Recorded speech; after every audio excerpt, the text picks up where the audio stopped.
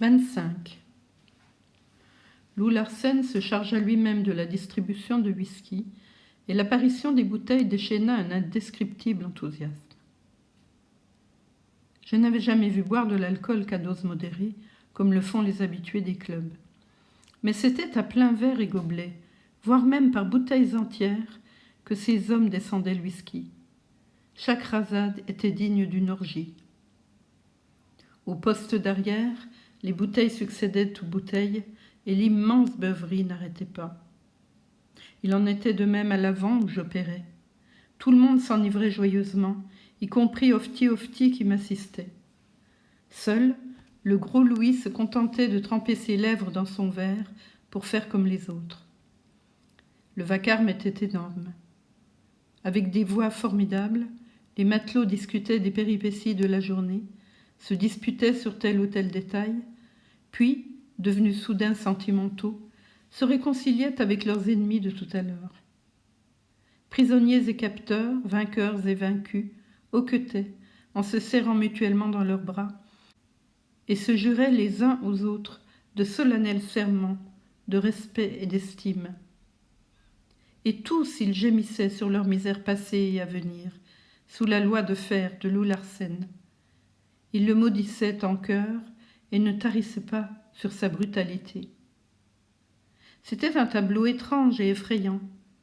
Le petit espace bordé de couchettes où tous ces hommes, ces demi-bêtes, devrais-je dire, étaient entassés. Leurs ombres qui dansaient sous la lumière confuse des lampes s'allongeaient monstrueusement ou se raccourcissaient à chacune des secousses du navire. L'atmosphère, épaissie par la fumée des pipes, était également imprégnée de l'odeur de tous ces corps et de celle de l'iodoforme, et dans laquelle s'estompaient les trognes enluminées. Près de moi, Ofti, tenant en main l'extrémité d'un pansement, regardait la scène de ses grands yeux noirs et veloutés, pareils à ceux d'un daim dont il avait la douceur.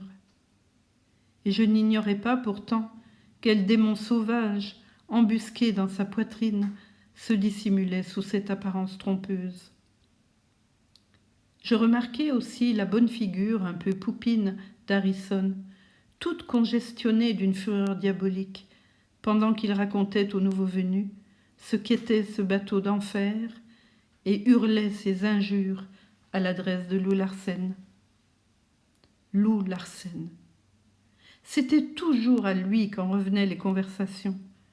Loup Larsen, bourreau d'hommes, Circé mâle dont ses matelots étaient les pourceaux, brute martyrisée qui rampait devant lui et ne se révoltait que hors de sa présence, parce qu'elles étaient ivres et qu'il ne pouvait les entendre. Et moi aussi, n'étais-je pas du nombre de ces pourceaux ? Je grinçai des dents à cette pensée et un tremblement me saisit, si violent que le matelot que je soignais en frémit sous ma main et qu'Ofti me regarda curieusement. De toute manière, je romprais le charme diabolique. C'était maintenant décidé. À travers tous les obstacles, l'amour qui était né en moi me soulèverait sur ses ailes. Je remontai sur le pont où le brouillard qui recouvrait tout d'un voile fantomatique tourbillonnait dans la nuit.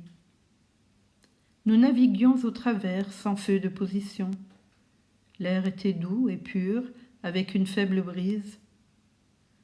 Après avoir été pansés dans leur lit les deux chasseurs blessés, je me dirigeai vers le carré où le dîner était servi. Loup Larsen et Maud m'attendaient. Alors que tout son navire s'enivrait, Loup Larsen demeurait sobre. Sa victoire sur son frère l'avait mis de bonne humeur. Il avait engagé avec Maud Brewster une discussion animée sur la tentation et sur le plus ou moins de mérite qu'a l'homme d'y résister. Lorsque nous avons le choix entre le bien et le mal, affirmait Maud, c'était notre âme qui décidait et faisait pencher la balance du bon ou du mauvais côté. Loup Larsen rétorquait que la force du désir seule entrait en ligne. Nous résistions si le désir était médiocre, nous succombions s'il était intense. La discussion à laquelle je pris discrètement part continua quelque temps encore. Lou Larsen était plein de faconde et ne tarissait pas. Je ne l'avais jamais vu si volubile. Il amena la conversation sur l'amour et exposa avec flamme son point de vue, qui était, comme de coutume, tout matérialiste. Il glorifiait l'essence et Maude, le cœur qui les domine. Maude, elle aussi, s'exaltait intensément, et j'observais son visage, qui, peu coloré d'ordinaire, se teignait d'un vif incarnat. Elle soutenait brillamment cette joute oratoire, avec des réparties spirituelles auxquelles Lou Larsen paraissait prendre le plus grand plaisir. Toute sa sombre mélancolie semblait s'être dissipée.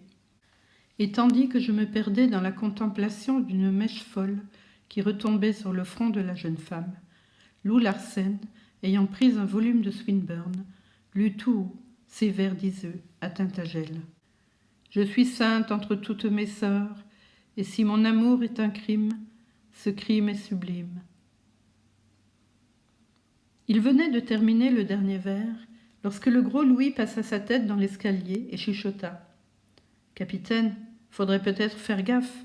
Le brouillard commence à se lever, et je viens d'apercevoir dans la nuit les feux d'un vapeur. » Lou Larsen sauta sur le pont, où Maude et moi nous rejoignîmes. Il commença par tirer le toit à coulisses du poste d'arrière sur la clameur des ivrognes, et courut ensuite au poste d'avant, dont il ferma l'écoutille. En effet, le brouillard s'élevait dans le ciel, on ne voyait plus aucune étoile, la nuit était noire comme de l'encre. Juste devant nous, je vis luire un feu rouge et un feu blanc qui venaient dans notre direction, et j'entendis la trépidation d'une machine à vapeur. C'était sans nul doute le Macedonia. « Il n'y a pas de projecteur, heureusement pour nous, » murmura Lou Larsen. Comme le navire de Larsen Lamort se rapprochait rapidement, je demandai à Lou Larsen : « Qu'arriverait-il si je criais ? » ?»« Je serais perdu, » répondit-il. « Mais avez-vous réfléchi à ce qui vous attendrait ?» Avant même que j'aie eu le temps de m'en informer, il m'avait saisi à la gorge avec sa poigne de gorille, et d'une légère pression de ses muscles, bien peu de chose en réalité, il me fit comprendre ce que serait la torsion réelle sous laquelle il me briserait le cou. Puis il me relâcha. « Et si c'était moi qui criais ?» interrogea Maude. « Je vous aime trop pour vous faire du mal, » répondit Lou Larsen très doucement, avec dans sa voix une caresse amoureuse qui me fit frémir. « Mais vous ne crierez pas, car de toute façon c'est à M. Van Weyden que je tordrai le cou. »« S'il ne tient qu'à ça, » intervins-je, « je l'autorise à appeler. » « J'ai peine à croire que Miss Brewster se résigne à sacrifier l'éminent critique de la littérature américaine, » ricana Lou Larsen. Nous nous tûmes tous trois. Les feux rouges et blancs passèrent, et quand ils eurent disparu, nous regagnâmes le carré pour continuer notre dîner. Lou Larsen ramena la conversation sur l'amour et sur ses poètes, et Maude nous récita, avec une perfection admirable, l'Inpenitentia Ultima de Dawson. Ce n'était pas elle pendant ce temps que j'observais, mais Lou Larsen. Il était complètement hors de lui et enveloppait Maude d'un regard fasciné. D'un mouvement inconscient, il remuait les lèvres à mesure que la jeune femme récitait son poème. Il l'interrompit quand elle en arriva à ces vers. « Quand se couchera le soleil, ses beaux yeux me seront la clarté qui console. Sa voix bercera mon sommeil, sa voix où chante une viole. » « Il y a aussi des sons de viol dans votre voix, » dit-il brusquement. Et ses prunelles bleues se mirent à étinceler de leur éclat d'or. Je haletais, et la jalousie me mordit le cœur. Mais apparemment, Maude n'avait pas entendu le compliment. Elle débita, impassible, la dernière strophe, et détourna la conversation vers des sujets moins dangereux. Le dîner était terminé, et personne n'était venu desservir la table. Le remplaçant de Mugridge s'en était évidemment allé rejoindre ses camarades au poste d'avant et boire avec eux. Je m'assis dans un coin en une demi-torpeur, écoutant le tumulte du poste d'arrière qui me parvenait à travers la cloison, tandis que Lou Larsen, de plus en plus excité, se lançait dans une apologie de la révolte contre l'être suprême, en prenant comme thème le Lucifer de Milton. Sa cause était une cause perdue, expliquait-il, mais il n'a pas eu peur de l'exposer aux foudres de Dieu. Précipité dans l'enfer, il a entraîné avec lui le tiers des anges. Puis il a incité l'homme à se révolter à son tour contre le Créateur et à gagner à son royaume maudit les 3/4 des futures générations. Pourquoi a-t-il été chassé du ciel où il aurait pu, à peine en dessous du trône de Dieu, rester heureux? Il s'est révolté parce qu'il ne voulait pas de supérieur au-dessus de lui, parce qu'il était un esprit libre, conscient de sa valeur. Il refusait d'avoir un maître. Mais Dieu, dont il était l'égal en noblesse et en bravoure, s'était emparé du tonnerre et voulait le dominer. Et il a préféré, à une servilité dorée, une éternité de souffrance. En enfer, il serait le premier. Mettons, dit Maud Brewster, que Lucifer a été le premier anarchiste. Elle se leva pour se retirer. Lou Larsen se leva aussi, et s'interposant entre elle et l'escalier, il poursuivit. L'anarchie a du bon. Écoutez ce que dit Lucifer. Ici, du moins, je régnerai en paix, loin du Tout-Puissant que je hais. L'enfer m'est moins rude que le ciel et la servitude. La voix puissante et sonore de Lou Larsen résonnait comme un défi, dans l'étroite pièce où il redressait la tête haute et dominatrice avec son visage bronzé. Il dardait vers Maud Brewster, toujours devant lui, ses yeux dorés, à la fois mâles et doux, et qui lançaient des éclairs. Dans les yeux de Maud, je vis reparaître l'indicible terreur. « Vous êtes Lucifer » laissa-t-elle échapper. Et passant prestement derrière Lou Larsen, elle atteignit l'escalier et disparut. Lou Larsen demeura sur place pendant 1 ou 2 minutes, comme perdu dans ses pensées. Au bout d'un moment, son attention se reporta sur moi. « Je vais aller relever Louis à la barre, me dit-il d'une voix brève, et je reviendrai vous chercher pour que vous preniez ma place à minuit. Jusque-là, allez vous coucher et reposez-vous. » Il enfila une paire de moufles, coiffa sa casquette, et il s'apprêtait à monter sur le pont, quand, suivant son conseil, je gagnai ma couchette. Pour quelle raison mystérieuse je me couchai tout habillé, je ne saurais le dire.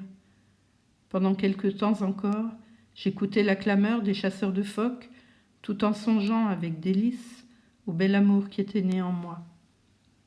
Puis peu à peu, les chants et les cris s'évanouirent, mes yeux se fermèrent, et ma conscience sombra dans cette demi-mort qu'est le sommeil. J'ignore quelle intuition secrète m'éveilla.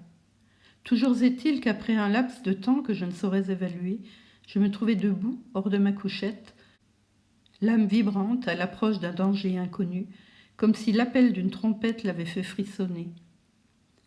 Poussé par la même force secrète, j'allai vers la cabine occupée par Miss Brewster et en poussai la porte qui s'ouvrit d'elle-même. La lampe était baissée et à sa faible lueur, devant moi, je vis Maud, ma bien-aimée, qui se débattait de toutes ses forces sous l'étreinte écrasante de Lou Larsen. Lutte inutile et sans espoir. Je voyais son délicat visage pressé contre la poitrine de son assaillant, qu'elle essayait vainement de repousser. Je vis la scène et compris en l'espace d'une seconde. Je bondis vers eux. Comme Lou Larsen relevait sa tête, qui était baissée vers la jeune femme, je le frappai d'un coup de poing en pleine figure. Mais il ne sembla pas que le coup eût porté. Lou Larsen, tel un fauve, poussa un effroyable rugissement, et d'un léger revers de sa main, une simple caresse, il me rejeta en arrière comme une catapulte. J'allais m'écraser contre la porte de la cabine, que j'avais refermée derrière moi, et le choc fut tel que les panneaux volèrent en éclats. Après m'être dégagé des débris de bois, je me remis sur pied tant bien que mal, sans m'occuper de la vive douleur que je ressentais. Je n'étais conscient que d'une rage folle qui me dominait. Et tandis que Maud s'était mise à crier éperdument, en me demandant du secours, Je dégainai le poignard qui pendait à ma ceinture et me précipitai une seconde fois sur Lou Larsen. Mais soudain, un coup de théâtre se produisit, si imprévu et si étrange que sur le point de frapper, je retins la lame d'acier déjà levée. Lou Larsen avait lâché la jeune femme qui s'était vivement reculée et qui s'appuyait contre la cloison qu'elle avait derrière elle. Larsen chancelait et trébuchait. De la main gauche, il se tenait le front et se couvrait les yeux. De sa main droite, il tâtonnait autour de lui comme ébloui. Elle rencontra la plus proche cloison, et à ce contact, Lou Larsen, reprenant son équilibre, parut éprouvé comme un soulagement physique. En ce qui me concerne, je vis rouge de nouveau. Tout ce que j'avais souffert de cet homme, toutes les humiliations et toutes les brutalités endurées par moi et par les autres, du fait de ce monstre, dont l'existence était un défi à la création, me revinrent soudain à l'esprit, comme un rayon de lumière dans les ténèbres. Je m'élançai sur lui comme un démon, et mon poignard s'enfonça dans son épaule. Je sentis l'acier pénétrer dans la chair et glisser sur l'omoplate. Et je compris que ce n'était là qu'une blessure toute superficielle. Alors je levai encore le bras, et je m'apprêtais à l'atteindre en une partie plus vitale, quand Maud s'écria « Non, non, je vous en supplie !» Je baissai le bras, pendant un court instant pour le relever bientôt, et Lou Larsen serait certainement mort si Maud Brewster ne s'était pas mise entre nous. Ses bras m'entourèrent, sa chevelure frôla mon visage. Mon pouls se mit à battre à coups précipités, sous la double émotion que je ressentais, car ma rage était loin de s'apaiser. Elle grandissait plutôt. « Je vous en supplie, répéta Maud, pour l'amour de moi. »« Je le tuerai pour l'amour de moi-même, répondis-je. Je tentai, sans lui faire de mal, de me libérer de son étreinte. « Taisez-vous, dit-elle. » Et elle posa légèrement ses doigts sur mes lèvres. Malgré mon état de fureur, je les aurais volontiers baisés, tellement le contact m'en était doux, si doux. Je reculai un peu et elle continua. « Je vous en prie, je vous en supplie. » Ces paroles me désarmèrent et je compris qu'elles me désarmeraient toujours. Je m'écartai davantage de Lou Larsen et remis le poignard dans sa gaine. Je regardais Lou Larsen. Il appuyait toujours sa main gauche sur son front pour se protéger les yeux. Il penchait la tête et son corps, comme celui d'un estropié, s'affaissait sur les hanches. Ses larges épaules se contractaient en se voûtant. « Van Weyden » cria-t-il d'une voix rauque avec une note d'effroi. « Van Weyden, où êtes-vous » Je regardais Maud. Elle ne disait rien, mais secouait la tête avec pitié. « Ici, répondis-je en m'avançant vers lui. Qu'y a-t-il » ? « Aidez-moi à m'asseoir, dit-il avec la même intonation rude et apeurée. « Je suis malade, Hump, très malade. » Il me saisit le bras dont il usa comme d'un soutien pour gagner une chaise où il s'affala. Sa tête bascula vers la table et il l'enfuit dans ses mains. Elle dodelinait en avant et en arrière et il était visible qu'il souffrait atrocement. Il y eut un instant où il la redressa à demi et je vis la sueur qui, de la racine de ses cheveux, perlait à grosses gouttes sur son front. « Je suis malade, très malade, répétait-il sans cesse. Je posai la main sur son épaule et demandai « De quoi souffrez-vous ? Que puis-je faire pour vous ?» Il repoussa ma main d'un geste irrité et pendant un long moment, je demeurai silencieux près de lui. Maud regardait, la crainte et l'horreur peintes sur son visage. « Hump, dit-il enfin, le mieux est que je regagne ma couchette. Aidez-moi. Ce sont ces terribles maux de tête qui sont revenus. Ils me font peur. J'ai l'impression par moments... Non, je ne sais pas ce que je dis. Aidez-moi à me coucher. » Je le reconduisis à son lit et quand je l'eus couché, il s'enfuit de nouveau le visage dans ses mains. Alors que je me disposais à sortir, je l'entendis murmurer encore « Je suis malade, très malade. » Maud, que je vins retrouver ensuite, m'interrogea des yeux. Je fis un signe évasif.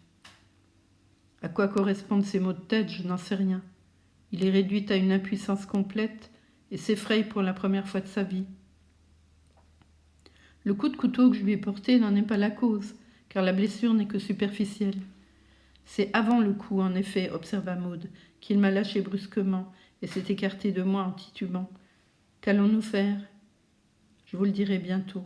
Veuillez m'attendre un instant. » Je montai sur le pont et allai vers le gros Louis qui était à la roue. « Je prendrai la barre, lui dis-je. Va te coucher. » Il obéit prestement et regagna le poste d'avant, où tout l'équipage dormait à présent, ivre-mort.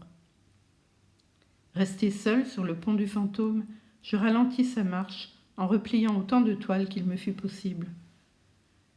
Puis je redescendis vers Louis Larsen, que je retrouvai toujours dans le même état, la tête ballante et le corps tordu par la souffrance. « N'avez besoin de rien ?» lui demandai-je. Tout d'abord, il ne me répondit pas, et comme je réitérais ma question, il articula avec peine. « Non, ça va. Laissez-moi jusqu'à demain matin. » Je sortis en refermant la porte derrière moi et allai retrouver Maud Brewster. Avec un frisson de joie, je remarquai le port majestueux de sa tête. Dans ses yeux magnifiques brillait une lueur de sérénité. « Voulez-vous vous en remettre à moi pour un voyage qui peut être long et hasardeux ?» lui demandai-je. « Précisez, répondit-elle. Pourtant, je voyais bien qu'elle avait compris ma pensée. « Je veux dire que fuir en canot, dans un canot ouvert et sans abri, est notre seul espoir. Sinon, c'est le pire sort qui vous attend. Acceptez-vous. » Elle fit un signe de tête approbatif, et je poursuivis. « En ce cas, habillez-vous immédiatement, le plus chaudement possible, et faites un paquet de tous les objets que vous jugez utile d'emporter avec vous. Hâtez-vous. » Muni d'une bougie, je m'introduisis dans le magasin du navire. Je fis main basse principalement sur les boîtes de conserve, et par la trappe, je passai aux mains tendues de Maud Brewster tout ce que j'avais mis de côté. Nous opérions vite et en silence. Je fis aussi provision de couvertures, de moufles, de cirés, de suroîts et autres vêtements. C'était une entreprise très hasardeuse de nous confier dans une frêle embarcation à une mer dure et démontée, et il était impérieusement nécessaire que nous prenions toutes les précautions utiles afin de nous protéger contre l'humidité et le froid.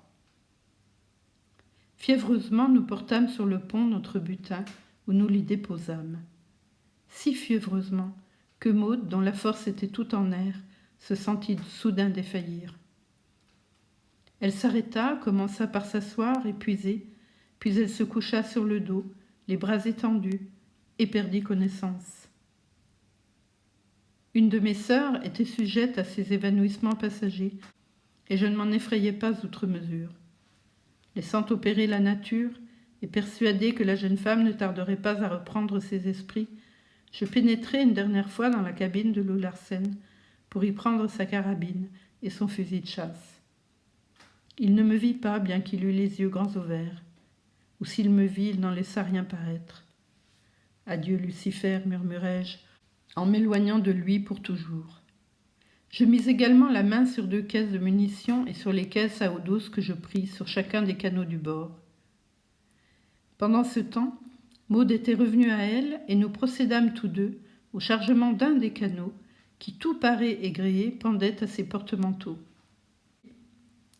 Pendant que nous nous livrions à cette opération, un des matelots monta sur le pont pour prendre un peu l'air, apparemment, et se rafraîchir les idées. Il se promena quelque temps, bâilla, s'étira les bras et se pencha sur la lisse en regardant la mer. Je m'étais accroupie dans le fond du canot et Maud s'était blottie derrière les caisses qui nous restaient à charger. Le matelot, dont la vue n'était pas plus nette que les idées, ne nous aperçut ni l'un ni l'autre et finalement s'en retourna comme il était venu. Quand tout fut prêt, Maud et moi fîmes jouer les palans et le canot s'abaissa petit à petit vers la surface de la mer. Après quoi, j'aidai la jeune femme à franchir la lisse et la descendis dans l'embarcation. Lorsque je sentis son corps si près du mien, je tressaillis tout entier, et c'est tout juste si un aveu d'amour ne s'échappa pas de mes lèvres. Je profitai du moment où une lame soulevait le canot et où les pieds de la jeune femme en touchaient le fond pour lui lâcher les mains, puis je détachai les crocs des palans et sautai vivement près d'elle. Jamais dans ma vie je n'avais encore manié une rame. Ce fut au mieux que je mis en place les avirons et réussis à écarter le canot du fantôme. Je m'escrimai ensuite à hisser la voile et à l'orienter, et prenant en main le gouvernail, nous courûmes sous le vent. « Le Japon est là, droit devant nous, annonçai-je à Maud. « Humphrey Van Weyden, vous êtes un homme brave, me répondit-elle.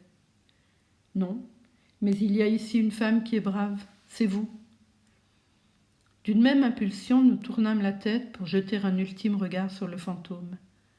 Sa coque sombre qui roulait sur les lames se levait et s'abaissait alternativement. Ses mâts se perdaient dans la nuit. La barre que j'avais immobilisée à l'aide d'une corde geignait chaque fois qu'une vague venait frapper le gouvernail.